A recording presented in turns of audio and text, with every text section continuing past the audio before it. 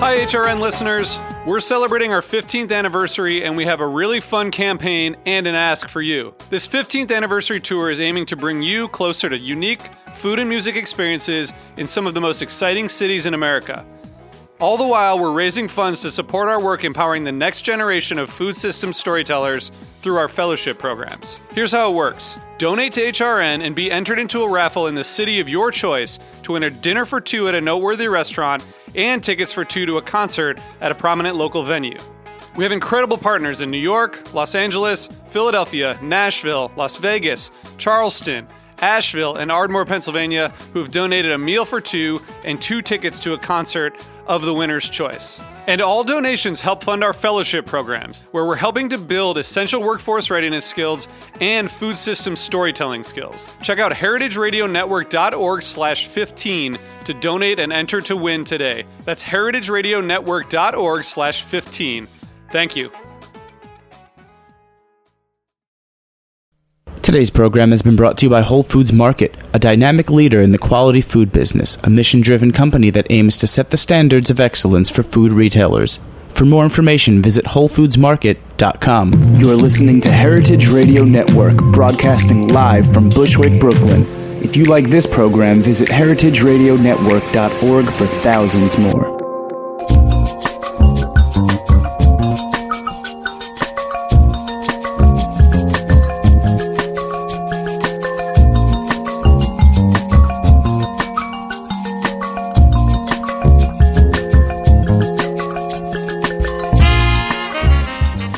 Good evening, Fermentable Planet Earth. How you doing? Welcome to Fuhmentaboudit on heritageradionetwork.org. I'm your host, Chris Kuzmi, tonight. My constituent, Mary Izette, is unavailable to be here. She is in Las Vegas, and we do miss her dearly. Fuhmentaboudit is a podcast on all things fermentable with a particular focus on libations and beer. Today, we have a very special episode. We are going to talk a little recap on this weekend's activity, which was Homebrew Alley. And in the studio, we have Kyler Serfass. Yo. How you doing, Kyler? I'm doing great. How you feeling? I'm doing fantastic. Because we were given the medium to have this show, I'm actually going to do a bunch of shout-outs in honor of Homebrew Alley. Homebrew Alley, this was our 7th year doing it. We started with 220 entries, I think, in our first year. And this year, we had 770 entries that showed 820 that registered, and we had this crazy storm that got in the way of getting it all done in a really timely fashion. But we did it. It was an incredible weekend and a very busy one. Special thanks goes out to all the judges, all the stewards, all the volunteer help, in particular David Witzel, John Nagley, Mary Izette, Patrick Doniger, and Roz Doniger for the space at Alewife, and to 6 Point Brewing Company and Pete Dixon for doing the Brewer's Choice Award. This year was a crazy, crazy upset. This is actually the first year, and I think the first homebrew competition that I know of where all the best of show winners were gluten-free. It's crazy. So who were the winners? The winners, we actually did have an honorable mention, which was Jeff Quinn with his classic Rauch beer, not gluten-free, but he actually was also the Brewer's Choice Award. So expect to see his classic Rauch beer brewed at 6 Point Brewery, and it will be available locally in the coming months. And then third place, best of show, went to Brian Kulbaki for a gluten-free pale ale sorghum beer. It was crazy delicious. It was very good, and surprisingly, nobody missed the malt. It was awesome. And he actually gets a little unexpected Brewer's Choice Award because I need to make a sorghum beer over at 508 Gastro Brewery, and I've invited him to come brew with me for that. I've never made one, and I look forward to consulting with him and making that happen. In second place, Haley Jensen and Stephen Durley with their standard cider and Perry. That was awesome as well. Holy crap. Amazing stuff. But the best of show, this is a crazy upset, was a mead made by Robert Slanzy, Bobby Honeybee we call him, and he made a pepper mead, a ghost pepper mead that was just perfectly balanced, really, really crazy, nice. Isn't that like super spicy pepper? It's pretty much the hottest pepper you can get, so far as I know. There might be one other contender. He put it in a very small dose and then actually blended it with another natural mead to get it to the right volume of where he thought it was right. And boy, was he right about that. That's kind of badass. Have you ever made a beer with pepper? I have not. I should. Now I should putting some ghost peppers in there. Putting some ghost peppers in there, man. It seems it's to be crazy. the key. There's a ghost. Is it Ghost Killa? There's a commercial beer out there. Ghostface Killa. Have you tried that one? I haven't. I haven't yet either. I'm a kind of a wussy when it comes to that. I mean, I like my spice, but I like my flavor from those peppers too. And I think that's one thing I can say about this beer. You had the flavor of those ghost pepper without it, beating you over the head. Although it snuck up on you, it was nice. Cool. But also big thanks go to all our sponsors, especially Brooklyn Homebrew, who gave us the space to be our mail-in location. So they had tons and tons of boxes that I had the pleasure of driving from them to Alewife, but also the Brooklyn Kitchen, Bitter and Esters, and there's a lot of places that I just can't list off at the moment. I have it in front of me. Heartland Brewery, Moonlight Meadery, Keystone Homebrew Supply, Beer Necessities, Brew Shop at Cornell's, Maltose Express, Carp's Homebrew Supply, Jimmy's and 43, White Labs, Y Yeast, Shelton Brothers, Brooklyn Brewery, Barcade, Schmaltz, Double Windsor, 508, Idle Hands, Queen's Kickshaw, Waterfront Ale House, Whole Foods Beer, Bar Great Harry, Stag's Head, Sycamore Brewery Lane, Urban Oyster, Pacific Standard, and several others, Hearth Terroir. And a couple others. Did you get them all? I don't know. I don't know if I did, but I got most of them, I think. But please, if you're in the New York City area and you're listening, please, go to these places and support them. They support craft beer and the homebrewing community all year round, and they are awesome people, awesome folk, and do lots for the community and help this fight. Support your local homebrew shop. Absolutely. Definitely. You used to work at a homebrew shop. Do you still? I guess I'm on a little bit of a hiatus. I just had a kid recently, Aria. Congratulations. Thank you. She's healthy and a little cutie, growing like a weed. But so I'm on hiatus, but I'm still teaching some classes at Brooklyn Homebrew. That's fantastic. What classes are you teaching there? I just wrapped up some beginner classes and all grain advanced classes. Those are two main classes, and then we're having a meeting this week actually to get some new classes in the works. We've had with some feedback from some customers and people who have attended the classes. They want to do some off the wall things like not off the wall, but recipe formulation. We're going to do an IPA class possibly. We're going to do a little bit more in depth yeast class. Mm-hmm.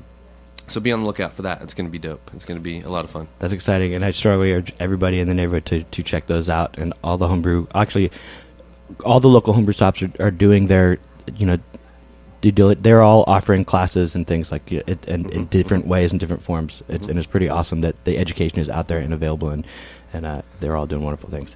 Definitely. But I called you here for several reasons, Kyler. You're one of our favorite local brewers.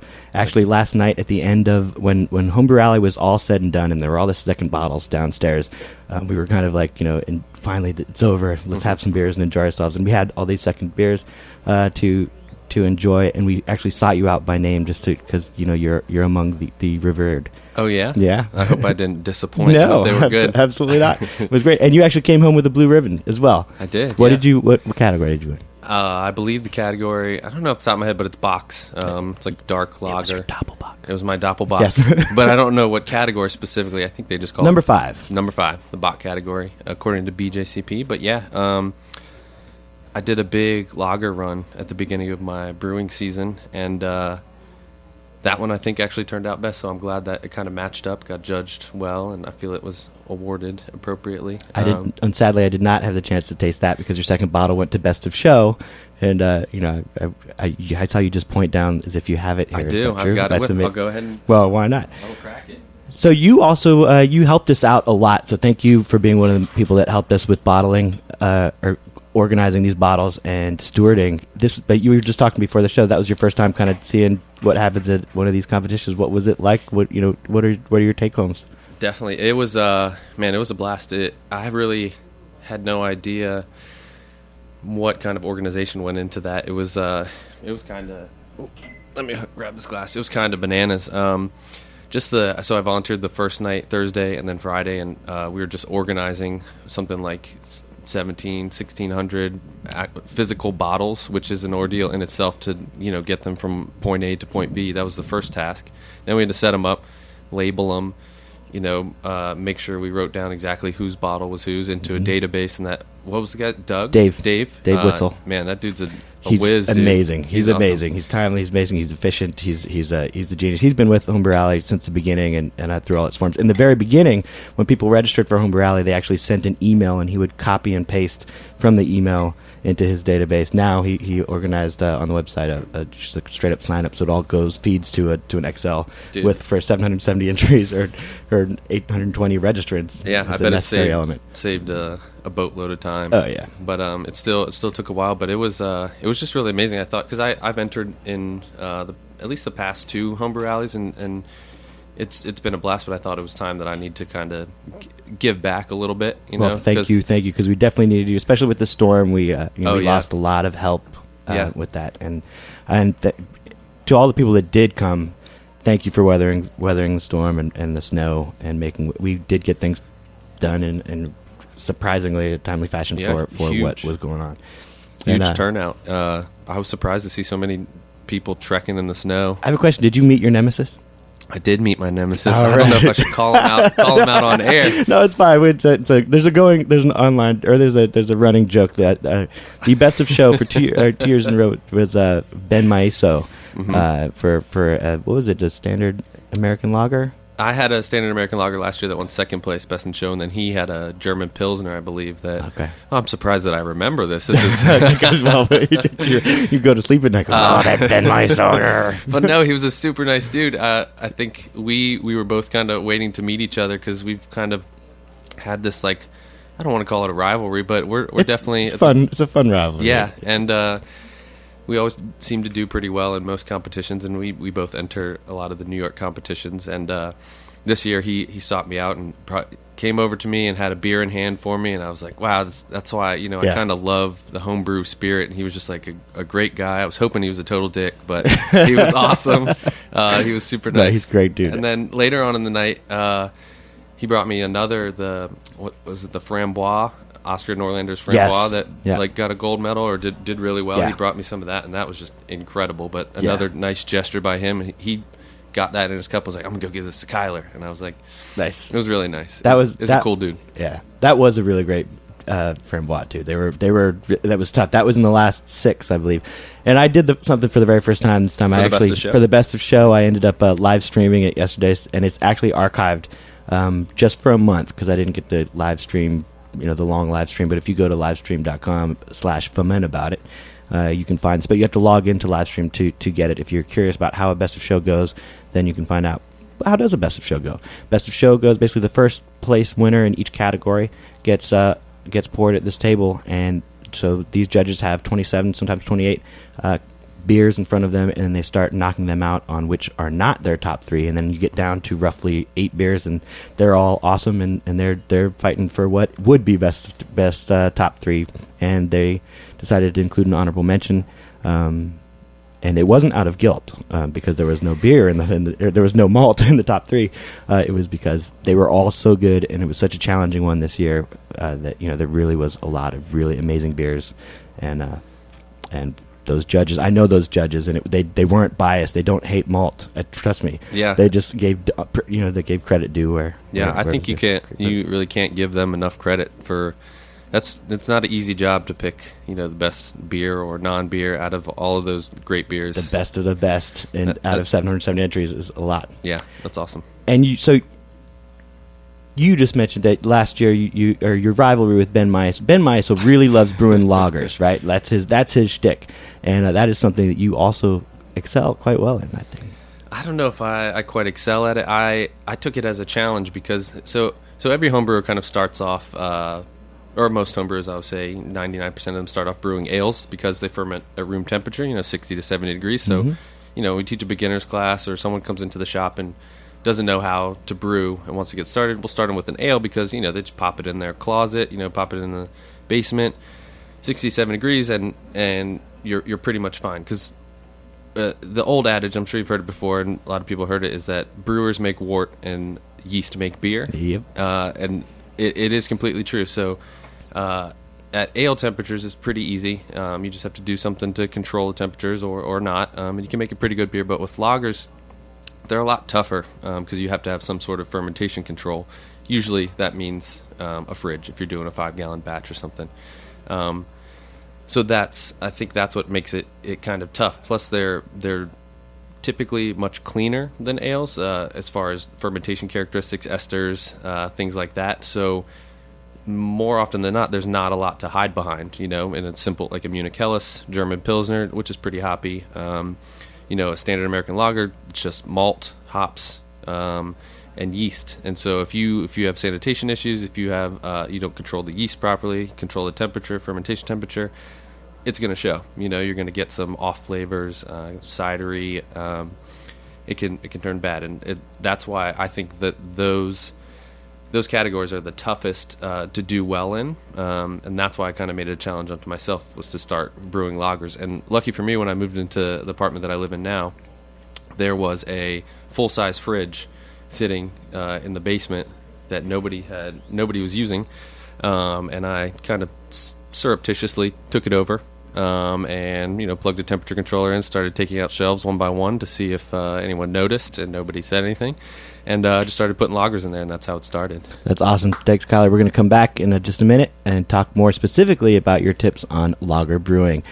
Thanks for listening to Fuhmentaboudit on heritageradionetwork.org. We miss you, Mary. Come back.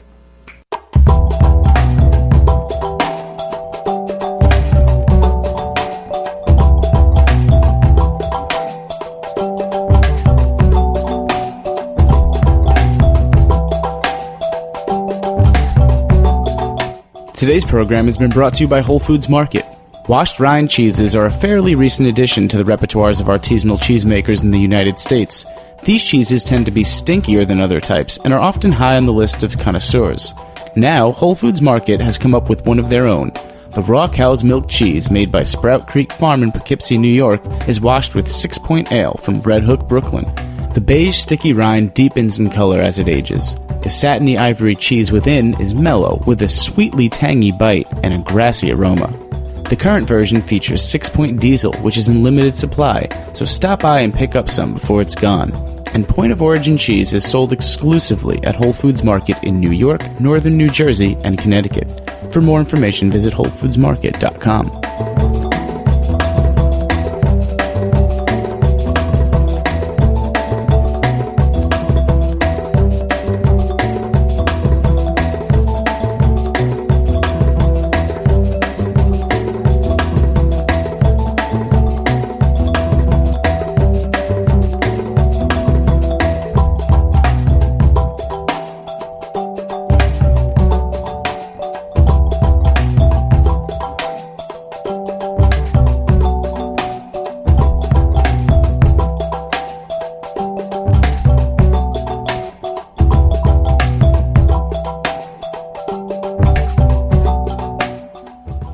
Welcome back to Fuhmentaboudit on heritageradionetwork.org. I'm Chris Kuzmi. Mary is not with us tonight. She is in Las Vegas having a grand old time. And I'm here in the studio with Kyler Serfass, Blue Ribbon Medal winner, award winner from Homebrew Alley 7. And he's our lager expert for the day. We were just talking about, how he challenged himself to make lagers, and he makes awesome lagers. But has it always worked this great for you? No, it actually it takes there's a pretty steep learning curve. The fermentation profile that you can make anything a lager. Fermentation profile is kind of everything. Generally, what I'll do if I'm doing a lager, and usually I like to brew lagers this time of year when it's cold, when you got nice groundwater to chill down your wort pretty low. Ideally, I'll get the wort to around 45 degrees Fahrenheit in the kettle. Before you pitch your yeast? Before I pitch my yeast. Usually let it sit for about 30 minutes to let as much trub, protein, hot particles fall out, sit on the bottom, transfer over, nice clean wort. Depending on how light of a beer, like with the German Pils, the Helles, even my Kolsch sometimes, standard American lager, I will let the wort that's in the carboy and now in the fridge sit overnight and decant a little bit more, or let the trub settle even more so that you get even more nice clear wort, and then transfer it to another vessel. So you've got super clean wort going in, and then you pitch your yeast. Kind of the big thing is pitching a big healthy amount, nice even pitch. How much time does that usually take you from the end of the boil to pitching yeast? It depends. If I'm going to be drinking the beer, sometimes I'll skip that step of transferring over to another carboy for cleanliness. I would say maybe anywhere from like 6 to 12 hours. Sometimes, depending on the groundwater temperature, I can't get it down to 45 degrees, so I'll get it to 55 or 60, put it in the fridge, set the thermostat on the fridge to drop it to 45, and then pitch yeast the next morning. So that kind of thing scares me a lot somehow. Yeah. Like I'd be chopping it to bit. Like, oh, is something going on? What's in the air? What's going on? Yeah, I could. Yeah, it definitely you have to. It's not the best way to do it. Ideally, you'd pitch immediately, get it down to 45, and I have recently with. That's why winter is good for you. And yep, that's why I think it's the prime time to be brewing lagers. But I don't want to forget oxygenation. You always got to oxygenate your wort before pitching the yeast. I do about 90 seconds of pure oxygen.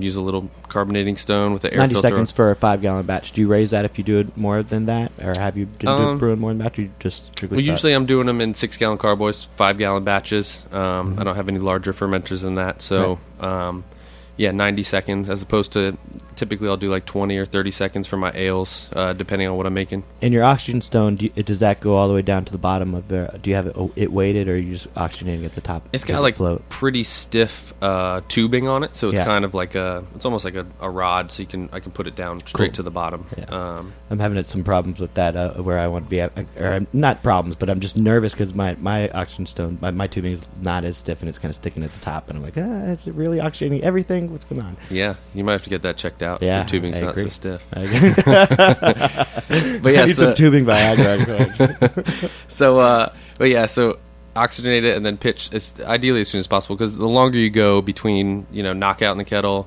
and pitching yeast, the longer you're giving microbes, any bacteria, wild yeast, you're giving them a chance to get a foothold. And if they get a large enough colony population, they can overtake your yeast, and that's even why it's especially important to pitch a nice, healthy population of your lager yeast. What would the ratio be compared to a normal ale pitch?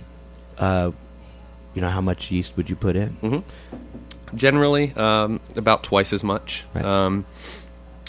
I usually use, there's a great online calculator, MrMalty.com. He has a yeast pitching rate calculator that's kind of world-renowned. Brought to you by our good friend Jamil Zainasheff. There we go. How you doing, Jamil? So that works great. I personally have been using a lot of dry yeast just because for ease of use. Because a lot of times you have to grow so much yeast, you need a really huge starter, and you have to do it, a week or a few days in advance because you want to have that yeast settle out and then decant all that liquid because you don't want to dilute your wort. Right. So I've been pretty much using the Saf Lager 3470 for a lot of my recent lagers. I did a split batch with the S23 and the 3470 with the Oktoberfest that I brewed for my daughter's birth, and they were both really good, but completely different beers. And you dry yeast primarily as a brewer? Yeah, I think cool. I think the reason I did that because when I'm doing my ales, I'm all over the board. Anytime there's a new platinum strain or a private collection strain out, I get it as soon as possible, and I'm trying it just to have something new. And I always put it up on my blog or whatever. And with the lager thing, I think I had failed a few times at the beginning, and I wanted to get my fermentation profile down, like get it how I wanted to raise, because usually you drop it down to 45 and then pitch your yeast at 45, let it rise to 50 degrees just on its own, and then over the course of about a week or so, usually 5 to 7 days, I'll increase it 1 degree at a time to get up to 55 degrees. Increase up 50 every day. Just change that. You have it. So you have a digital controller for your extra freezer. Yeah, I have a little. It's just a little digital thermostat. There are two companies that make really good ones. Johnson Controls and Ranco. I have a Ranco, and it just has a little probe. Basically, you plug the fridge into the Ranco, and then the Ranco into the outlet in the wall. And then the probe attaches either.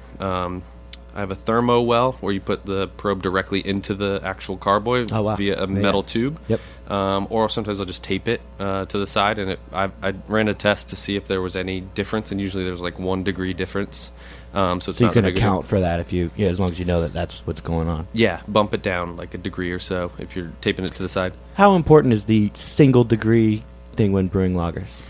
Because we're not dealing with as many esters, and I'm actually tasting your beer right now, and it's awesome. This is a really good Doppelbock. And one of the thing about lager yeast is that it doesn't bring you the esters that ale yeast will do. You're going to pretty much taste the malt, and that's exactly what this beer is doing. There's nothing, I'm not getting any of the esters or fruity things that you would normally get from the yeast characteristic. Lager yeast strains ferment very cleanly, and I really taste what the background of this beer, like what you put into it. Yeah, I think that's the I want to say the fun part for me, and the challenging part is to bring those malt flavors out, and sometimes those hop flavors, like in the German Pilsner that I have. And yeah, it is generally a pretty subdued fermentation character, although there are some things like sulfur and a little bit of minerality and some acidity sometimes. Does that come out with lagering? Lagering means to cold store, right? It does, yeah. And it does, but sometimes there'll still be, if you taste, like myself, and I'm sure you've tasted a lot of homebrewed lagers, sometimes you will come across an example that has some sulfur still in it. Usually it's from not enough vigorous fermentation, because the sulfur will blow off, and that's kind of the one of the, I want to say, the misconceptions about brewing is that usually or people say, oh, I don't want you brewing in my house, in my apartment, it smells bad. Right. That's one of the few times it does actually smell bad, is when you get that sulfur, rotten egg, burning match smell. And that's going to come from the fermenter. From the fermenter. But usually if you're lagering or you're doing cold storage or cold fermentation, it's going to be in a fridge, so you don't smell it until you pop it open. So So with that, say you lager something for a long time.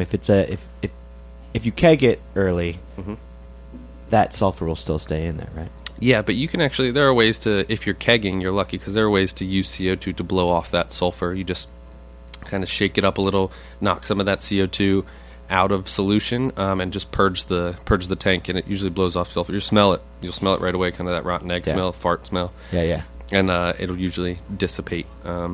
You may on occasion have to let it warm up to do that, to get all the CO2 out. That's good to know. I mean, I have not brewed a lager yet, sadly, wow. But I'm excited to try it. I'm inspired by all this to do. But part of it is because, lagering takes a lot of time, and I like to drink fast. That's true. And there are other people like you that make great lagers, and so it's good to have friends in high places. Thanks. I will say that one of my secrets, and maybe I shouldn't be telling everyone this because it kind of goes against the purist. No, it's fine. We love shortcuts over here. Is that I actually filter most of my lagers and even some of my ales, just because the lager strains are such low flocculators that they take forever to fall out of suspension, even at cold temperatures. Which is another reason why people lager, because the cold storage will let all that yeast and suspension drop out. So the longer you lager, the clearer and brighter your beer is gonna be, and the same thing goes with ales. Exactly. And in my experience now, I wouldn't say I'm an expert lager brewer, but at a certain point, you've got most of the lager process complete. Like, you've done the cells that are falling, the yeast that are falling are pretty much done with their lagering phase. They're just still dropping, and they're just slow to do it.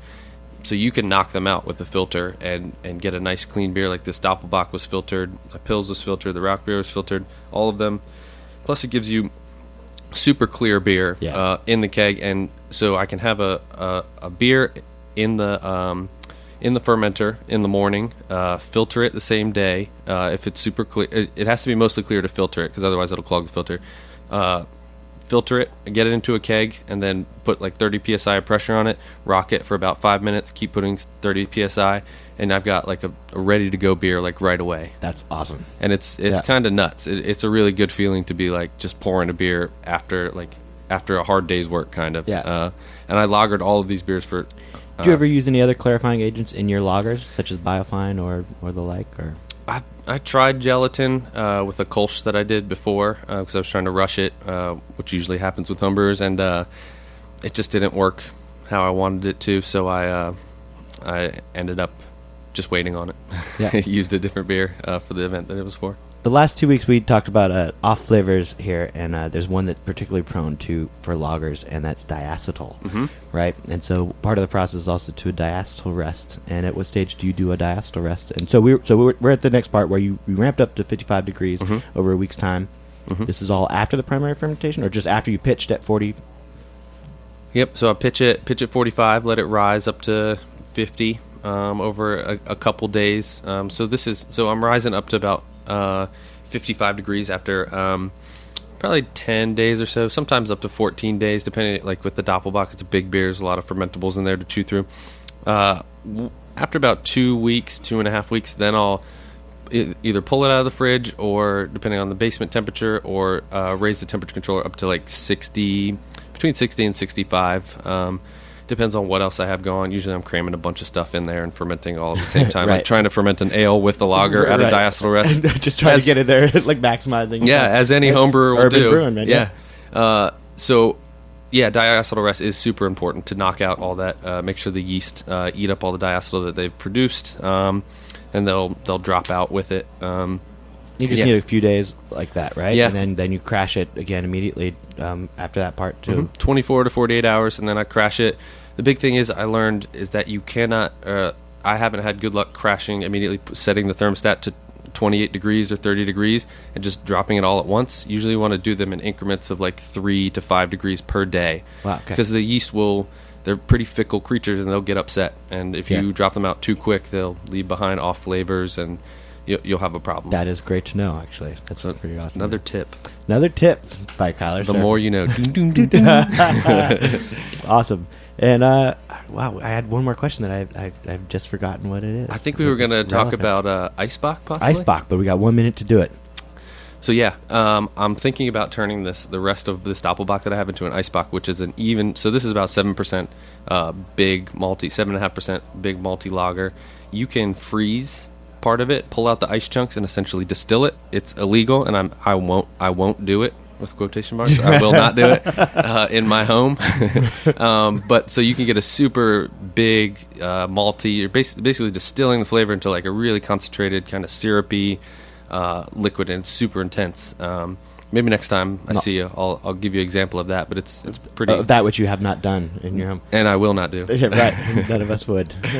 But it's a crazy process, and if you see any commercial examples of it, you should grab it because it's kind of a crazy. It's fascinating. Concept. Yeah, I mean, you basically, it's distilling. Right? It's an ice. It's a distilling. And just a quick tip: if you ever were to try doing this at home, you could freeze it in a bottling bucket, and with the spigot on the bottom. This way, the ice actually is going to rise to the top, and you'll have the liquid underneath. But just make sure that your spigot down there is sanitized and empty. Otherwise, it will freeze and be clogged when you try and get that out.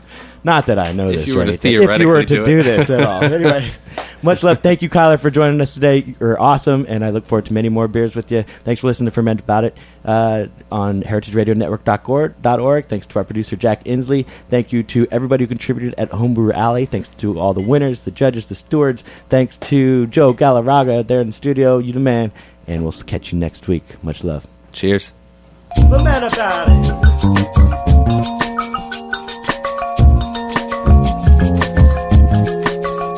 Thanks for listening to this program on heritageradionetwork.org. You can find all of our archived programs on our website or as podcasts in the iTunes Store by searching Heritage Radio Network. You can like us on Facebook and follow us on Twitter at heritage_radio. You can email us questions at any time at info@heritageradionetwork.org. Heritage Radio Network is a non-profit organization. To donate and become a member, visit our website today. Thanks for listening.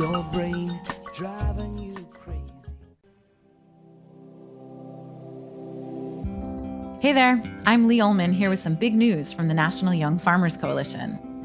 We're partnering with Heritage Radio Network on a special season of The Farm Report. It's all about what's happening with the Farm Bill and how it impacts farmers and eaters. I am growing diversified vegetables on land that's been in our family for 150 years. And so with the pandemic, gentrification, property values going up, we had to sell the land and we lost it. Join us as we uncover the untold stories behind this massive piece of legislation that shapes how we grow our food, what we eat, and so much more. The problems we have had, those are things that come from earlier Farm Bill and USDA policy, right? Like Earl Butts, get big or get out. You know, it's my responsibility to know not only what I'm eating, but then like how that all came to be. And realize like, wow, like this piece of legislation, all this money, like it's technically something that I support as a taxpayer. While Congress debates the next Farm Bill, this is not just an invitation to listen. It's a call to action. Be part of the conversation. Subscribe to the Farm Report on Heritage Radio Network, wherever you listen to podcasts.